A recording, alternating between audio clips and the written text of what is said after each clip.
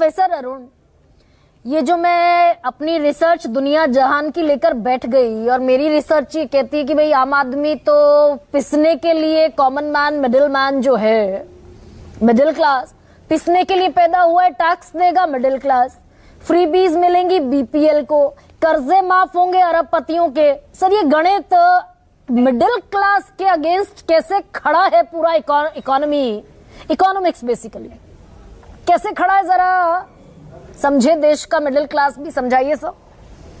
देखिए, ऐसा है कि सब जगह हमारे देश में सब तबके फील करते हैं कि सोशल जस्टिस की कमी है। हाँ, सब समझते हैं कि हमारे ऊपर भार ज्यादा है। अमीर समझता है हमारे ऊपर भार है, मिडिल क्लास कहता है हमारे ऊपर भार है, गरीब कहता है हमारे ऊपर भार है। तो भार, जैसे आपने शुरू में समझाया, जो इनडायरेक्ट टैक्स है उसका भार तो गरीब के ऊपर पड़ता है। वो जो भी चीज कंज्यूम करता है उसका भार उसके ऊपर पड़ता है। और हमारा जो टोटल टैक्स कलेक्शन है उसका जो 2/3 हिस्सा हमारा इनडायरेक्ट टैक्स से आता है। तो यानी कि गरीब के ऊपर, जिसके ऊपर डायरेक्ट टैक्स नहीं लगता, उसके ऊपर इनडायरेक्ट टैक्स लगता है। फिर आता है कि डायरेक्ट टैक्स कलेक्शन हमारा करीब 6.5% है जीडीपी का। ये दुनिया के और डेवलपिंग कंट्रीज से भी बहुत कम है। उसकी वजह यह है कि हमारे यहाँ काले धन की अर्थव्यवस्था बहुत तेज है। तो जो जितना अमीर होता है उतनी जो बचत कर लेता है टैक्स की। इसीलिए जो अति अमीर लोग हैं वो बहुत ज्यादा टैक्स नहीं देते, उनको फायदा पहुंचता है, कंसेशंस मिलते हैं, डिडक्शन मिलते हैं, और फिर वो अपनी आमदनी छुपा लेते हैं। तो जो मिडिल क्लास वाला है वो कहता है देखो, बिजनेस वाला तो छुपा लेता है अपनी आमदनी, वो टैक्स देता नहीं, सारा टैक्स का भार हमारे ऊपर पड़ता है। तो हालांकि उसके ऊपर इतना भार जो डायरेक्ट टैक्स का नहीं है जितना इनडायरेक्ट टैक्स का है। क्योंकि जो आपका जो डायरेक्ट टैक्स पड़ता है, जो समझिए मिडिल क्लास का है, वो शायद 10-12% एवरेज टैक्स देता है। सर ये सारा भार भी इनडायरेक्टली, ये जो 10 लाख करोड़ माफ हो गए अरबपतियों के, ये सारा भार भी इनडायरेक्टली मिडिल क्लास पर ही आता है क्या भाई? पैसा तो आफ्टर ऑल सरकारी खजाने में 2/3 जो इनडायरेक्ट टैक्सेस से गया वो गरीब की जेब से गया, बाकी इनडायरेक्ट के अलावा जो डायरेक्ट गया उसमें से भी 53.3% मिडिल क्लास की जेब से गया। पैसा होगा, कर्ज माफ हो जाएगा अरबपतियों का। गरिमा जी, ऐसा है कि नॉन परफॉर्मिंग एसेट जो है, जिसकी आप बात कह रही थी कि वो जो 10 लाख करोड़ विलफुल डिफॉल्टर्स का जो माफ किया गया, जिन्होंने जानबूझ के पैसा वापस नहीं किया, वो बैंकों का नुकसान है। जो बैंकों का नुकसान है वो डायरेक्टली टैक्स में नुकसान नहीं है। तो ये पर जो एक इससे क्या होता है कि हवा ये बनती है कि देखो, अमीरों को तो सारी सहूलियत है, काला धन भी जनरेट कर लेते हैं, टैक्स मतलब जो रिटर्न भी नहीं करते लोन, तो यानी कि सारी की सारी जो सरकार उनके लिए काम कर रही है। तो ये जो सोशल जस्टिस, समाज में सोशल जस्टिस होगा तो सब लोग टैक्स देंगे। सोशल जस्टिस की फीलिंग खत्म हो जाएगी तो लोग टैक्स नहीं देंगे। तो जो मिडिल क्लास वाला भी है वो भी कहीं ना कहीं कोशिश करेगा कि मैं अपना टैक्स बचाऊं। अच्छा सर, ये जो चुनावी मौसम में अरविंद केजरीवाल प्रधानमंत्री नरेंद्र मोदी को चिट्ठी लिख देंगे कि कानून बन जाए देश में, अरबपतियों का कर्जा माफ ना हो, और ये जो 10 लाख करोड़ माफ हुए, अगर आगे से नहीं होगा तो जीएसटी भी असेंशियल कमोडिटीज पे नहीं लगाना पड़ेगा, और अलावा इसके इनकम टैक्स का स्लैब भी बढ़ जाएगा, जीएसटी बाकी चीजों पर हाफ हो जाएगा। Is that a practical concept?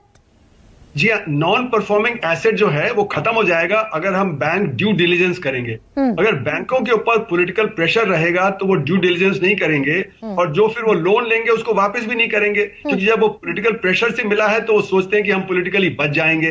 तो पॉलिटिकल प्रेशर बैंकों के ऊपर नहीं होना चाहिए जिससे नॉन परफॉर्मिंग एसेट ना हो। जब नॉन परफॉर्मिंग एसेट नहीं होगा तो बैंकों की सुचारू रूप से चलेंगे, और जो इंटरेस्ट जो इनकम होगी, जो सेवर्स हैं उनकी इंटरेस्ट इनकम बढ़ जाएगी। तो मतलब केजरीवाल सही कह रहे हैं सर, या फिर पॉलिटिकल गिमिक, वो भी चुनावी वक्त पे अपना याद आ गया उनको भी मिडिल क्लास, या सही कह रहे हैं? नहीं, उनको कहना चाहिए कि आप ड्यू डिलिजेंस बैंकों में करिए। आप लॉ नहीं पास कर सकते इस पे, आप ड्यू डिलिजेंस करवा सकते हैं कि बैंकों के जो मैनेजिंग डायरेक्टर हैं, चेयरमैन हैं, वो उनपे पॉलिटिकल दबाव नहीं होना चाहिए। और एक बैंकिंग बोर्ड भी सेटअप किया था राय साहब के अंदर।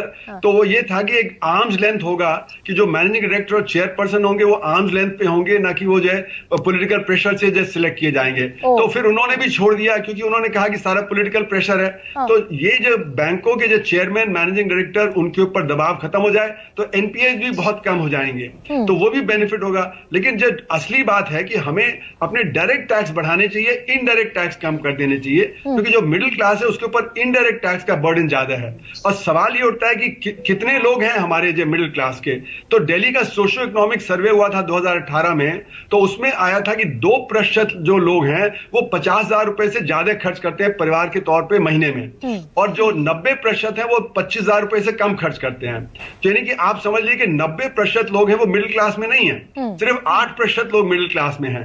और आप अगर इनकम टैक्स का भी डेटा देखें, ऑल इंडिया डेटा देखें, तो उसमें जैसे कि 9 करोड़ लोग हैं जो टैक्स नेट में हैं, या तो वो उनके ऊपर जो टैक्स रिटर्न फाइल करते हैं या वो टीडीएस पे करते हैं। 9 करोड़ 9 करोड़ में से 4.5 करोड़ नील रिटर्न फाइल करते हैं कि हमारी आमदनी टैक्सेबल नहीं है। तो यानी कि आपका आधा तो वो निकल गया।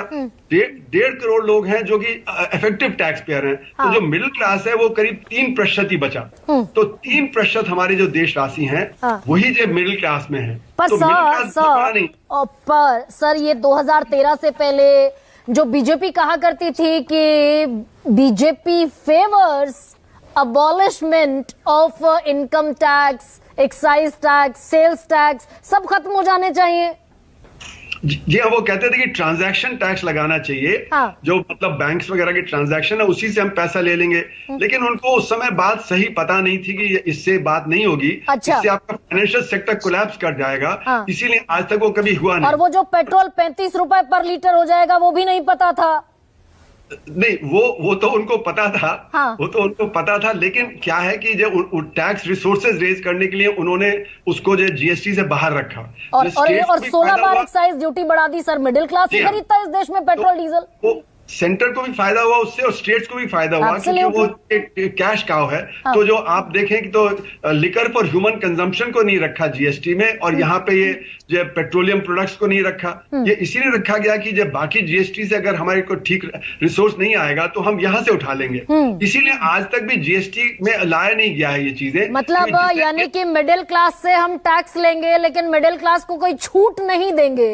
सर मैं सही समझ रही हूँ या गलत समझ रही हूँ? भाई 16 बार अगर एक्साइज ड्यूटी बढ़ाकर 3 बार घटा दोगे पेट्रोल पर, तो पेट्रोल डीजल तो आम आदमी खरीदता है इस देश का, कॉमन मैन, मिडिल मैन।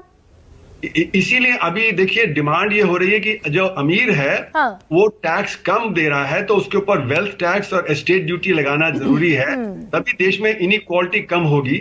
लेकिन उस पर बहुत ज्यादा कंट्रोवर्सी है, और इलेक्शन के सीजन में तो कोई वो बात करेगा भी नहीं। अच्छा सर एक पॉलिटिकल सवाल पूछ लेती हूँ आपसे।